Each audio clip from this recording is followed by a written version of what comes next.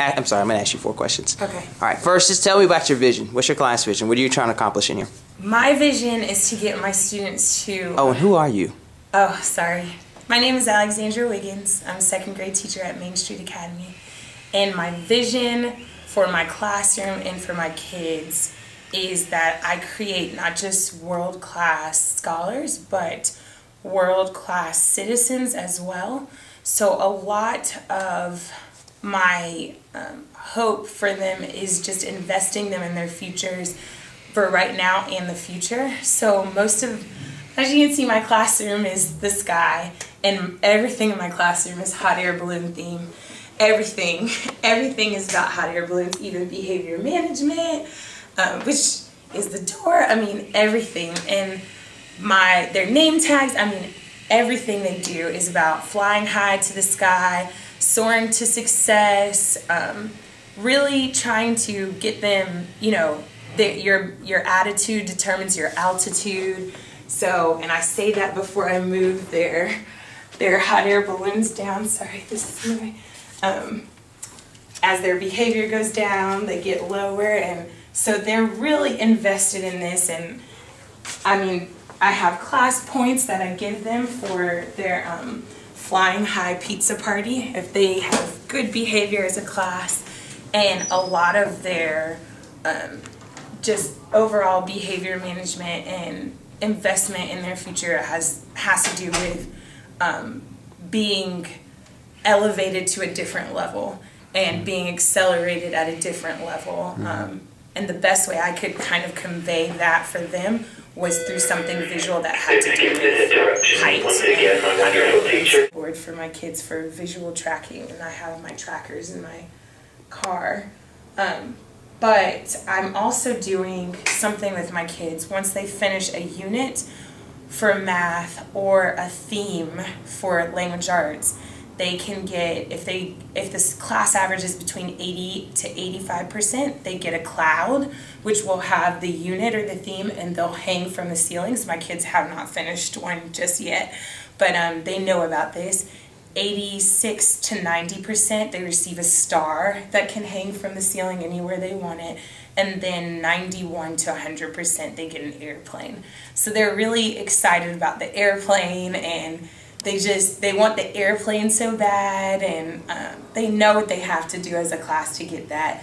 And I try to keep them, you know, informed of their progress on their progress reports and how they did individually in the test, and they can kind of figure out, you know, they know if we all work really hard to this, we'll get the airplane, we can get the airplane. So by the end of the year, I told them, you know, if you have enough of these, this whole room will be covered in little airplanes with numbers. So they're very excited about that, and that, once again, are things that are elevated above us that we can look towards and look up to.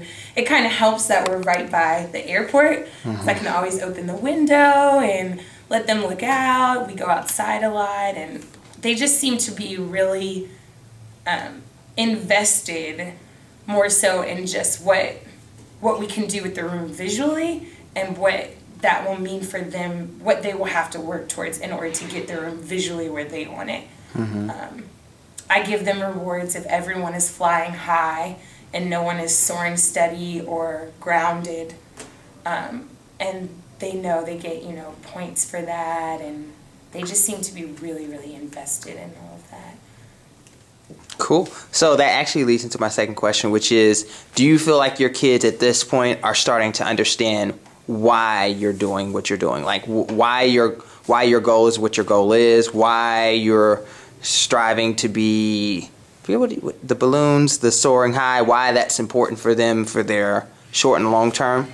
Or are they just now starting to have those kinds of conversations? What are you doing to start to build that enduring drive for them? Well, I think one thing that a lot of people forget, and I don't even know if it was really expressed as importantly as it should have been, is that investment is not something that will be like immediate.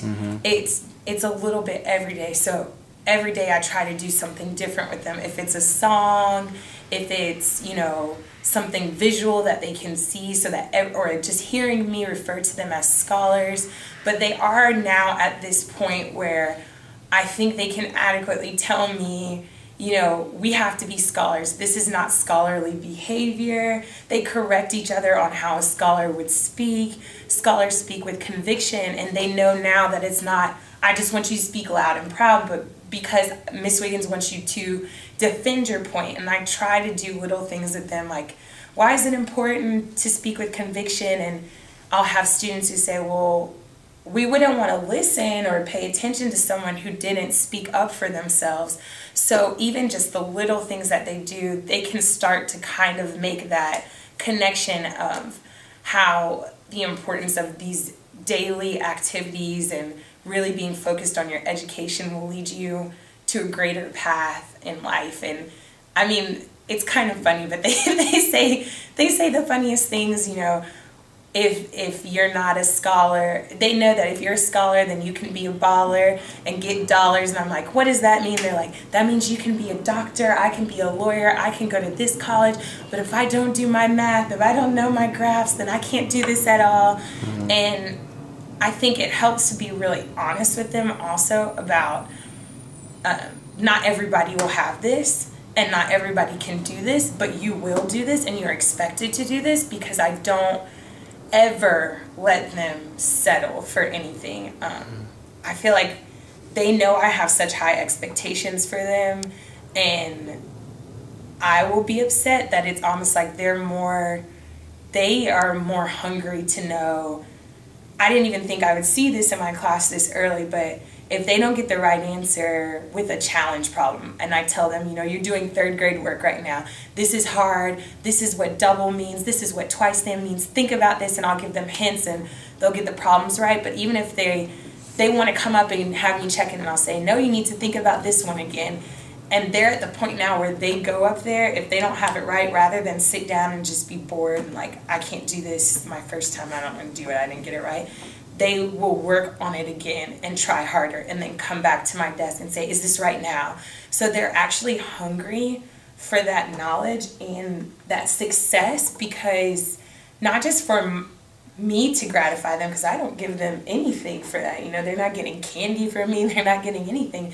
They just want it for themselves already. They just want to know that they had the right answer. And I am more impressed with that daily than anything else they could say, just seeing their work ethic at this age. And I think majority of that is them just wanting to do so well in life and understanding that second grade is not just second grade, but you have to really master this so you can do better. Mm-hmm. I tell them things all the time, like I try on a daily basis to connect something that we're learning about to real world and do more real world application than is probably required. So if we're learning about graphs, then I say, you know, when you're in 10th grade or 11th grade and you're doing chemistry, you're going to need to know how to read a key. You're going to need to know how to do this. What would happen if you didn't know how to read graphs and you had to graph your data?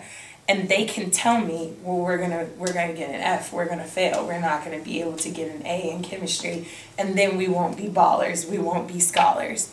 So I think just that important piece of doing investment daily, bit by bit, reiterating certain things, going back, making sure your kids remember that is so important. It has been so integral into my class's investment in their future.